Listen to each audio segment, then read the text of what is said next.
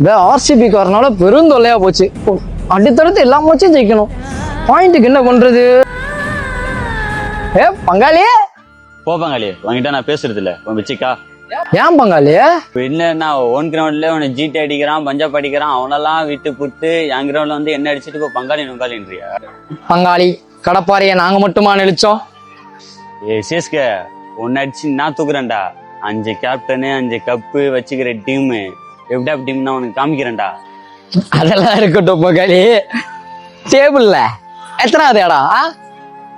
லாஸ்ட்டுக்கு முன்னாடி இடத்துல இருக்கேன் பங்காளி. நீங்க லாஸ்ட்டுக்கு முன்னாடி எல்லாம் வரல, எல்எஸ்டி தோத்து பின்னாடி போயிருக்கான், புரியுதா? அப்படின்னு சொல்லலாம் பங்காளி.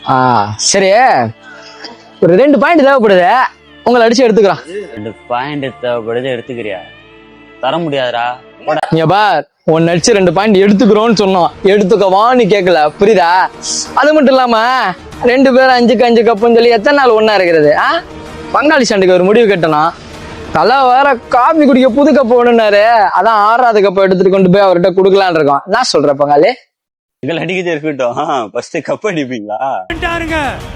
நல்லதே நடக்கும்.